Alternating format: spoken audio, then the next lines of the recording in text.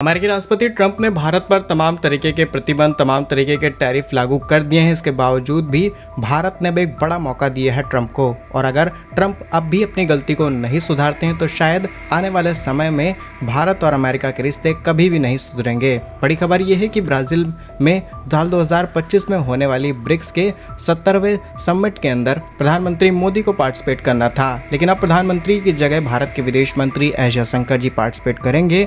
और अगर आप इसे ग्लोबल डिप्लोमेसी के हिसाब से देखेंगे तो डेफिनेटली आपको सब कुछ समझ में आ जाएगा, क्योंकि जब भी इस तरीके की बड़ी मीटिंग्स की जाती हैं, अगर देश का प्रमुख इसमें शामिल नहीं है और किसी अधिकारी को शामिल किया जा रहा है, यानी कि हम कई तरीके के मैसेज देने की कोशिश कर रहे हैं। तो आइए जानते हैं आज की इस वीडियो में क्या कुछ चल रहा है अंतर्राष्ट्रीय सुर्खियों में ब्रिक्स को लेकर के। यदि आपको हमारा वीडियो अच्छा लगे तो इसे लाइक और चैनल को सब्सक्राइब जरूर कीजिएगा। तो सबसे पहले ब्रिक्स की ही बात की जाए तो ये कॉर्पोरेटिव एसोसिएशन है जिसे तैयार किया गया था ताकि कई देशों के बीच कोऑर्डिनेशन अच्छा हो सके और पश्चिमी देशों पर जो निर्भरता है उसे कम किया जा सके।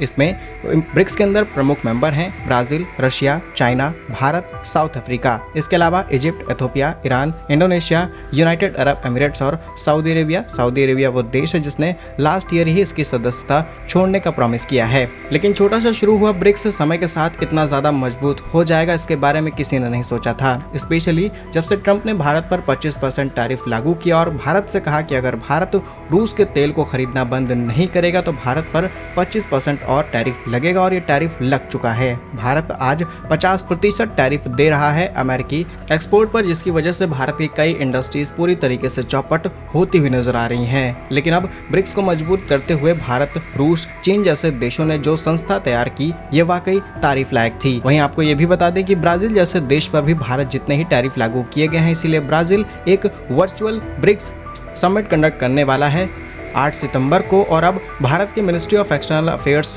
के स्पोक पर्सन रणधीर जायसवाल जी ने इन्फॉर्मेशन देते हुए बताया है कि भारत की तरफ से भारत के प्रधानमंत्री पहले इस मीटिंग को अटेंड करने वाले थे, लेकिन अब प्रधानमंत्री नहीं बल्कि भारत के external affairs minister S Jaishankar ji BRICS summit को ज्वाइन करेंगे। और ये तक डिस्कस किया गया था कि यहाँ पर एग्जैक्टली यही बात की जाएगी कि यूनाइटेड स्टेट ने जिस तरीके से अनाप शनाप टैरिफ पूरी दुनिया पर लागू किए हैं इसको कैसे काउंटर किया जाए। इसके अलावा ब्रिक्स के अंदर कई और थीम्स भी रखी गई थी। इसके अंदर ग्लोबल हेल्थ इंफ्रास्ट्रक्चर को कैसे इंपॉर्टेंस दी जा सकती है, व्यापार, निवेश, वहीं ब्रिक्स की जो करेंसी को लेकर के चर्चा है स्पेशली उसी को तेज किया जाना है ताकि डॉलर की डोमिनेंसी को कम किया जा सके। और आज के समय डॉलर समय के साथ इतना ज़्यादा मजबूत होता चला जा रहा है, अगर आज भी हमने कोई अल्टरनेट रूट नहीं निकाला तो पूरी दुनिया डॉलर पर डिपेंडेंट रहेगी। और डॉलर को बचाने के लिए ट्रंप जैसे लोग भारत का साथ तुरंत देना शुरू कर देंगे। और डर ये भी है कि अगर भारत सभी देशों के साथ मिलकर के ब्रिक्स करेंसी के अनाउंसमेंट करता भी है, आगे चल के हम इसे लॉन्च करेंगे तब भी 500% तक टैरिफ झेलना पड़ सकता है। लेकिन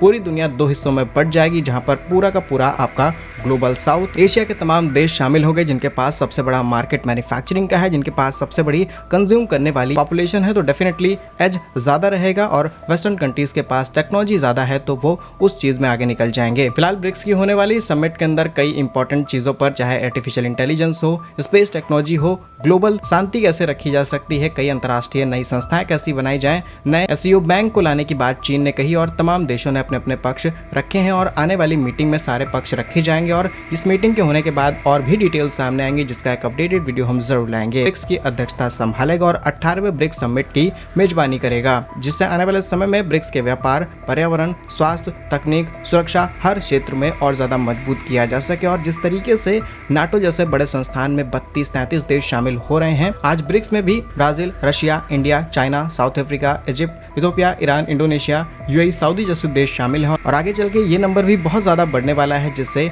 ओवरऑल भारत को फायदा होगा और भारत अपने एक्सपोर्ट्स इजीली दुनिया में कर पाएगा। अब देखते हैं आने वाले समय में कोई नई ब्रिक्स करेंसी या फिर ब्रिक्स जैसे बैंक को लाने की तैयारी की जाती है या फिर नहीं। आपका क्या ओपिनियन है कमेंट्स में जरूर लिखिएगा। पूरा वीडियो देखने के लिए धन्यवाद। जय हिंद।